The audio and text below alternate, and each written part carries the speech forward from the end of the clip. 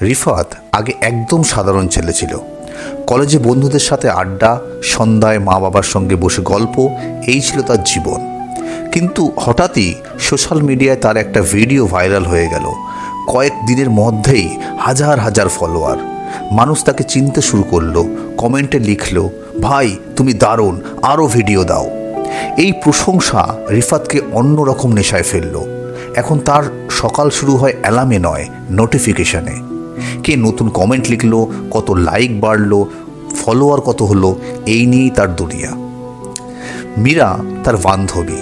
আগে সব কিছু শেয়ার করতো রিফাতের সঙ্গে।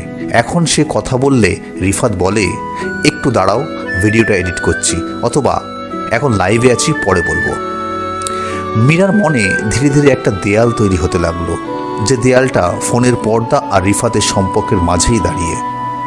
মায়ের জন্য সময় নেই, বাবার সাথে বসে চা খাওয়ার সময় নেই, কলেজে বন্ধুদের আড্ডা অনেক দিন আগেই ভুলে গেছে। এমনকি মীরা একদিন এসে বলেছিল, চলো আজ নদীর ধারে একটু হাঁটি।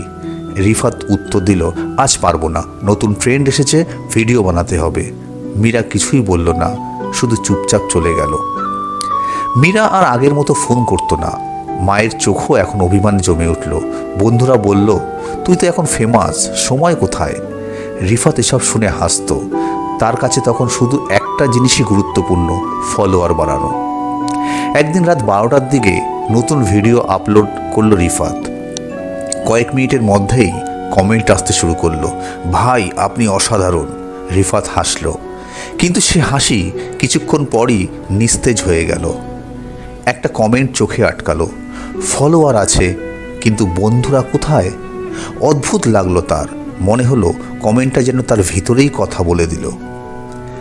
সেই ভোরে রিফাত হঠাৎ দেখল মীরা তাকে একটা লম্বা মেসেজ দিয়েছে, তোমার পৃথিবী এখন স্ক্রিন।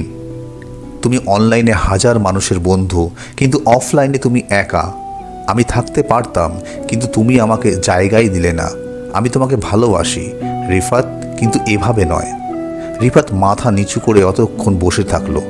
তার মনে হলো এত ফলোয়ার, এত লাইক, অথচ সত্যিকারের একজন মানুষও তার পাশে নেই। ফোনটা টেবিলে রেখে সে বাইরে বেরোলো। দেখলো মা ভোরের আলোতে বারান্দায় বসে আছেন। মা বললেন, অনেকদিন পরে তো বাইরে এলি, চা খাবি? রিফাত হাসলো, হ্যাঁ মা, আজ তোমাদের সঙ্গে চা খাবো। পরদিন সে কলেজের বন্ধুদের ফোন দিল। মীরার জন্য একটা ছোট্ট চিঠি লিখলো, আমি নেশায় হারিয়ে গেছিলাম, এবার ফিরে আসতে চাই তোমাদের কাছে। মীরা কয়েকদিন পর তাকে দেখা করতে রাজি হলো। চোখে জল নিয়ে বলল, তুমিই তো হারিয়ে গেছিলে রিফাত। রিফাত তার হাতটা ধরে বলল, আর না, এবার মানুষকে ভালোবাসবো, স্ক্রিনকে নয়। রিফাত এখনও ভিডিও বানায়, কিন্তু প্রতিটা ভিডিওর শেষে একটা লাইন লেখে, ফলোয়ার গুরুত্বপূর্ণ, কিন্তু সম্পর্কের মতো মূল্যবান কিছুই নেই। কারণ সে বুঝে গেছে, স্ক্রিনের মানুষ লাইক দেয়, কিন্তু জীবনের মানুষ ভালোবাসা দেয়।